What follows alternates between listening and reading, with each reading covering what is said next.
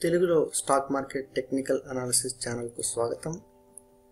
ఈ వీడియోస్ ప్రత్యేకంగా బిగినర్స్ కోసం చేయడం జరుగుతుంది. సో ఈరోజు మనం ఈ వీడియోలో స్టాక్ మార్కెట్ అంటే ఏంటి, అలాగే స్టాక్ మార్కెట్లో మనం ఎందుకు ఇన్వెస్ట్ చేయాలి, స్టాక్ మార్కెట్ ఏ విధంగా రన్ అవుతుంది, స్టాక్ మార్కెట్ ఏ విధంగా ఉద్భవించింది అన్నది మనం ఈరోజు తెలుసుకుందాం. గత 100 సంవత్సరాల ఆర్థిక చరిత్రను మనం ఒకసారి పరిశీలించినట్లయితే బ్యాంకు డిపాజిట్లు, అలాగే బాండ్స్ కానీ, గోల్డ్ ఫండ్స్ కానీ, రియల్ ఎస్టేట్ అలాంటి అన్ని రంగాలతో పోల్చుకున్నప్పటికీ స్టాక్ మార్కెట్లో ఎక్కువ రాబడులు వచ్చినట్లు మనకు గణాంకాలు కానీ, అలాగే ఆర్థిక నిపుణులు కానీ స్టాక్ మార్కెట్లో ఎక్కువ రాబడులు వచ్చినట్లు మనకు సూచిస్తున్నారు. అలాగే వారి గణాంకాలు కూడా మనకు స్టాక్ మార్కెట్లో ఎక్కువ రాబడులు వచ్చినట్లు మనకు సూచిస్తున్నాయి అన్నమాట. ఈ స్టాక్ మార్కెట్లు అనేవి అతి తక్కువ సమయంలో మనం ఎక్కువ డబ్బు సంపాదించడానికి, అలాగే అతి తక్కువ సమయంలో సంపన్నులు కావడానికి, అలాగే సంపన్నులు కూడా అతి తక్కువ సమయంలో ఈ డబ్బును కోల్పోవడానికి కూడా ఈ స్టాక్ మార్కెట్లు ఒక విధంగా పాజిటివ్గాను, ఇంకో విధంగా నెగిటివ్గాను ఇక్కడ ఉపయోగపడతాయి. అయితే ఈ స్టాక్ మార్కెట్లో రాణించడానికి మనకు నాలెడ్జ్ అన్నది చాలా అవసరం. ఆ నాలెడ్జ్ను మనం గెయిన్ చేసిన తర్వాతే మనం స్టాక్ మార్కెట్లో ఇన్వెస్ట్ చేయాలి. వారన్ బఫెట్ గురించి తెలియని వారుండరు. ఈయన ప్రపంచంలోనే అతి ఎక్కువ డబ్బు సంపాదించినటువంటి వ్యక్తి. అంటే స్టాక్ మార్కెట్ ఆధారంగా ఎక్కువ డబ్బులు సంపాదించి ధనవంతుడైనటువంటి వ్యక్తి వారన్ బఫెట్ అని చెప్పేసి మనకు తెలుసు. అలాగే కొంతమంది డబ్బును కోల్పోయినటువంటి వ్యక్తులు కూడా ఉన్నారు.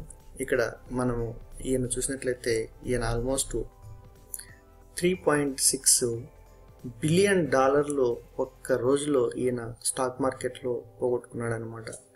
సో దీన్ని బట్టి మనం చూసినట్లయితే అతి తక్కువ సమయంలో ఒక పేదవాడు ధనవంతుడు కావడానికి, ఒక ధనవంతుడు పేదవానిగా కావడానికి కూడా మనకి ఇక్కడ చాలా క్లియర్గా స్కోప్ అనేది కనిపిస్తుంది. మనం ఏ విధంగా చేసినట్లయితే మనం లాభాలు పొందడానికి అవకాశం ఉంది, అలాగే ఎటువంటి మిస్టేక్స్ చేస్తే మనం నష్టపోయేదానికి అవకాశం ఉంది అన్నది మనం ముందు వీడియోస్లో మనం తెలుసుకుందాం. సో ఇప్పుడు మనం స్టాక్ మార్కెట్ అంటే ఏంటి అన్నది చూద్దాం. స్టాక్ మార్కెట్ అంటే ఒక రైతు బజారు. ఎప్పుడైతే మనం వెళ్ళి చూస్తామో అక్కడ ఏ విధంగా అయితే కొనుగోళ్ళు అమ్మకాలు జరుగుతుంటాయో అలాంటిదే ఈ స్టాక్ మార్కెట్ కూడా. స్టాక్ మార్కెట్లో స్టాక్స్ అమ్మడము కొనడం అన్నది జరుగుతుంటుంది అనమాట. అది ఒక వ్యక్తి నుంచి ఇంకో వ్యక్తి దగ్గరకు కొనడం అమ్మడం జరుగుతుంటుంది. ఇప్పుడు ఫర్ ఎగ్జాంపుల్గా మనం 1 కిలో టమాటో కొని మన దగ్గర పెట్టుకున్నాము. ఆ టమాటో ఒక గంటలో కానీ, 2 అవర్స్లో కానీ, లేకుంటే ఒక రోజులో కానీ ఏదైనా మార్పు వచ్చిందనుకోండి, ఆ టమాటో రేటులో మార్పు వచ్చిందనుకోండి, మనం అమ్మాము. ఫర్ ఎగ్జాంపుల్గా టమాటోను మనం 10 రూపీస్ కొన్నాం, మనకు ఒక రోజు తర్వాత టమాటో ధర 20 రూపాయలకు పెరిగింది. మనం ఈ టమాటోను అమ్మినప్పుడు మనకు మధ్యలో వచ్చినటువంటి డిఫరెన్సే మనకు వచ్చేటువంటి లాభం. అంటే 10 రూపాయలకు మనం కొన్నాం, అలాగే 20 రూపాయలకి మనం అమ్మేశాం. సో మధ్యలో వచ్చినటువంటి లాభం మనకు 10 రూపాయలు. మనం ఈ టమాటోలను అమ్మడానికి కొందరి మధ్యవర్తులను మనం కలవాల్సి ఉంటుంది. అంటే కొంతమంది బ్రోకర్స్ అనే వాళ్ళు ఉంటారు. ఏమయ్యా మా దగ్గర 1 కిలో టమాటో ఉంది, అమ్మి పెట్టండి అని చెప్పేసి వాళ్ళను మనం కన్సల్ట్ కావడం జరుగుతుంది. సో అలాంటప్పుడు వాళ్ళకంటూ కొంచెం అమౌంట్ అన్నది మనం ఇవ్వాలి. సో అలాంటి దాన్నే మనం బ్రోకరేజ్ అని చెప్పేసి అంటాం అనమాట. ఎందుకు నేను ఈ స్టోరీ చెప్తున్నానంటే సేమ్ ఇలాగే మన స్టాక్ మార్కెట్లో కూడా జరుగుతుంది కాబట్టి సో మీకు అర్థం అయ్యేదానికి వీలుగా నేను ఈ చిన్న స్టోరీని చెప్పాను. సో మనం ఇప్పుడు స్టాక్ మార్కెట్లోకి వెళ్దాం అనమాట. మనం ఓల్డెన్ డేస్లో ఒకసారి స్టాక్ మార్కెట్ను చూసినట్లయితే ఓల్డెన్ డేస్లో ఉన్నటువంటి stock markets, online stock markets అనేది, ఆన్లైన్ ట్రేడింగ్ సిస్టమ్ అన్నది ఇంప్లిమెంట్ కాలేదు.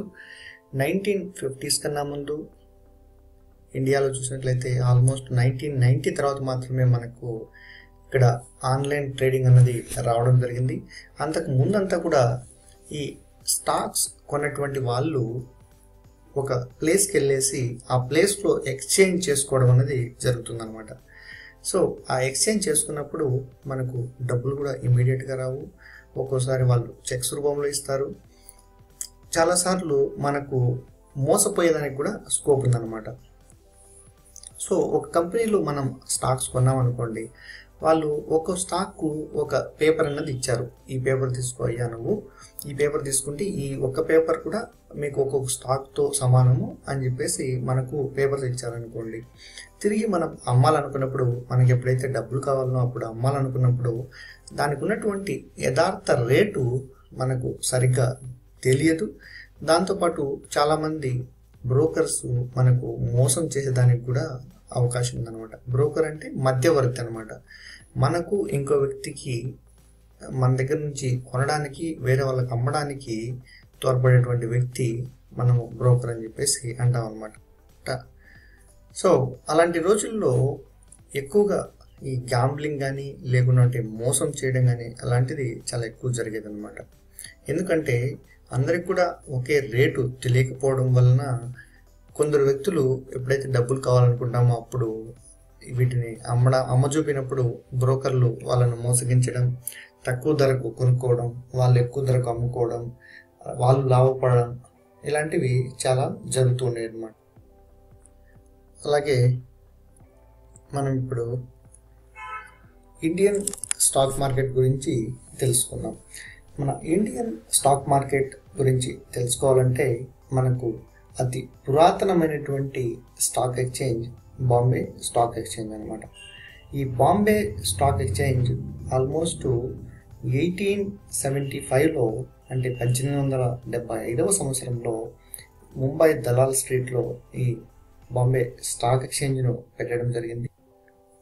సో 1874లో దీన్ని స్టార్ట్ చేయడం జరిగింది. అమ్మకాలు కొనుగోలు చేయకపోయినప్పటికీ ఒక సంస్థగా చేయడం జరిగింది. కానీ ఇది అఫీషియల్గా మనకు 1875లో మనకు ఫామ్ కావడం జరిగింది. ఆ తర్వాత మనకు స్వతంత్రం వచ్చిన తర్వాత ఆగస్ట్ 31, 1957లో ఇది బిఎస్సిగా రూపాంతరం చెందడం జరిగింది. గవర్నమెంట్ ఈ స్టాక్ ఎక్స్చేంజ్ను అండర్టేక్ చేసుకోవడము, అలాగే వాటిలో కంపెనీస్ లిస్ట్ కావడం అన్నది స్టార్ట్ కావడం అనేది జరిగిందనమాట. 1957 తర్వాత మనకు ఇది లిస్ట్ కావడం అనేది జరిగిందనమాట.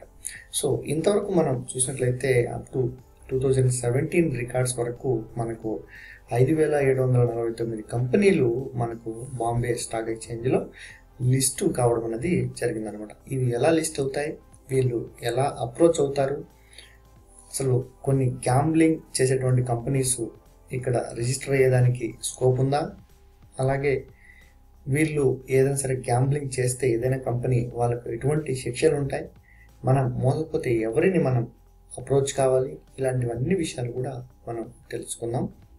సో అలాగే మనం ఎన్ఎస్సి గురించి కూడా ఒకసారి చూద్దాం అన్నమాట. మనకు ఇక్కడ నేషనల్ స్టాక్ ఎక్స్చేంజ్ అని చెప్పేసి మనకు ఇంకో స్టాక్ ఎక్స్చేంజ్ కూడా ఉంది. ఇది కూడా మనకు ముంబైలోనే ఉందన్నమాట. సో ఈ నేషనల్ స్టాక్ ఎక్స్చేంజ్ అన్నది 1992వ సంవత్సరంలో స్థాపించడం జరిగింది. ఈ నేషనల్ స్టాక్ ఎక్స్చేంజ్ పూర్తిగా ఆటోమేటెడ్ టెక్నాలజీతో మనకు స్థాపించడం అనేది జరిగిందనమాట. మనం ఇప్పుడు ఏదైతే మనం మొబైల్లో కానీ, లేకుండా అంటే ల్యాప్టాప్లో కానీ, కంప్యూటర్ ఆధారంగా ఏవైతే మనం ఆర్డర్స్ ప్లేస్ చేస్తూ మనం ట్రేడింగ్ చేస్తున్నామో అలాంటి వాటికి అన్నింటికి కూడా మూలకర్త మనకు ఎన్ఎస్సి అని చెప్పేసి చెప్పచ్చు అనమాట. ఈ ఎన్ఎస్సిలో ఎప్పుడైతే స్టార్ట్ చేశారో, ఈ ఎన్ఎస్సిని స్టార్ట్ చేసినప్పుడు బేసిక్గా వీళ్ళ సాఫ్ట్వేర్ అన్నది చాలా తక్కువ ఆర్డర్స్ను ఎగ్జిక్యూట్ చేయడం అన్నది జరుగుతూ ఉండేది. అయితే ప్రస్తుతము కొన్ని లక్షల మిలియన్ల ఆర్డర్లు మనం ప్లేస్ చేసినప్పటికీ వితిన్ ఫ్రాక్షన్ ఆఫ్ సెకండ్స్లో ఆర్డర్స్ ఎగ్జిక్యూట్ చేసేటువంటి ప్రాసెస్, ఆ మెకానిజం అనేది వీళ్ళ దగ్గర అంత టెక్నాలజీ అనేది ఇప్పుడు ఉంది. కాబట్టి ఎన్ని ఆర్డర్స్ వచ్చినప్పటికీ ఇది హ్యాండిల్ చేయగలదు. వాళ్ళ దగ్గర అంత సర్వర్స్ కెపాసిటీ అనేది వాళ్ళ దగ్గర అంత ఉంటుంది. సో ఈ ఆర్డర్స్ అన్నవి ఎలా ఎగ్జిక్యూట్ అవుతాయి, అలాగే ఆర్డర్స్ ప్లే చేసినప్పుడు ఏ ఆర్డర్స్కు ఫస్ట్ ప్రయారిటీ అన్నది ఉంటుంది, ఇలాంటి ప్రతి విషయాన్ని కూడా నేను లైవ్లో ట్రేడ్ చేస్తూ కూడా మీకు పెట్టడం అనేది జరుగుతుంది. కాబట్టి బిగినర్స్ అందరికి కూడా ఈ వీడియోస్ చాలా మంచిగా ఉపయోగపడతాయని ఆశిస్తున్నాను. సో మనం ఈరోజు ఈ వీడియోలో కొంత నాలెడ్జ్ను గెయిన్ చేసాం. మరో వీడియోతో మీ ముందుకు వస్తాను. అంతవరకు సెలవు తీసుకుంటున్నాను. అలాగే మీరు చాలామంది కామెంట్స్ పెట్టారు, మాకు సీక్వెన్స్ వైజ్లో వీడియోస్ కావాలని చెప్పేసి. కాబట్టి ప్రతి వీడియో కూడా మనకు సీక్వెన్స్ వైజ్లో ఉంటుంది. సో మనకు సబ్జెక్ట్లోనే నేను సీక్వెన్స్ ఆర్డర్ అన్నది మీకు మెన్షన్ చేస్తాను. కాబట్టి మీరు సీక్వెన్స్ వైజ్ నేర్చుకుంటూ వెళ్ళొచ్చు.